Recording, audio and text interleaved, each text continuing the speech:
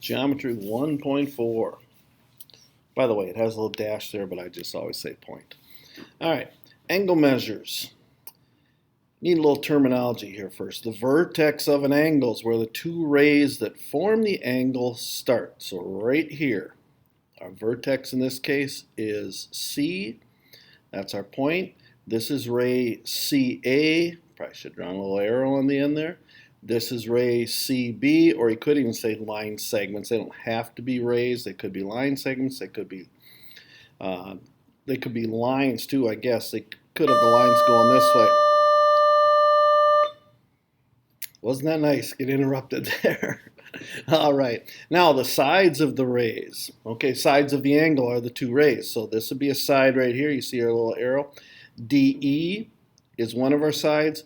DF is one of our sides. Those are our two rays that form the angle. Okay, those are called the sides. Now, you can also, don't worry about this mess, we'll get to that in a little bit. Okay, other names for angle R. Okay, we can call this just plain angle R. We can call it angle 1 because we have a little 1 here. You'll start seeing that. You haven't seen that before, but they'll have, if I had color printers and things like that, that would be in red or whatever, but in this case it's just, that's angle 1. Okay, you can also name an angle by going around the corner. Okay, angle SRT and angle TRS. Now, what do you notice about these two?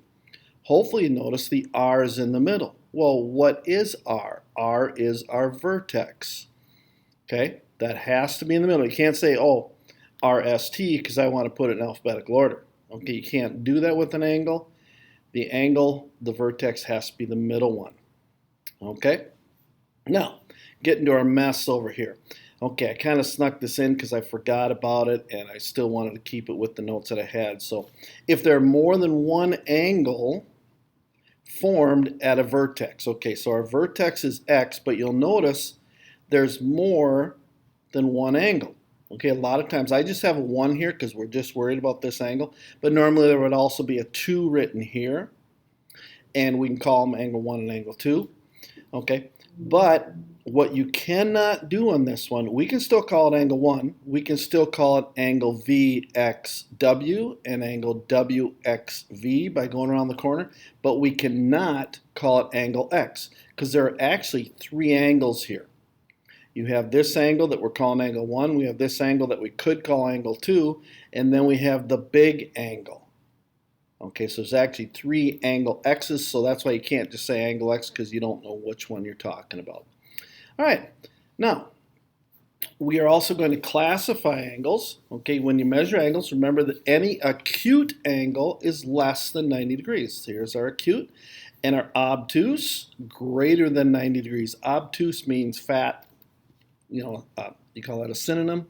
Okay, means the same word. Hope I'm not butchering my English here, but obtuse angle is more than 90 degrees. And then of course our right angle, we all know about those. Remember, you have to have a box here.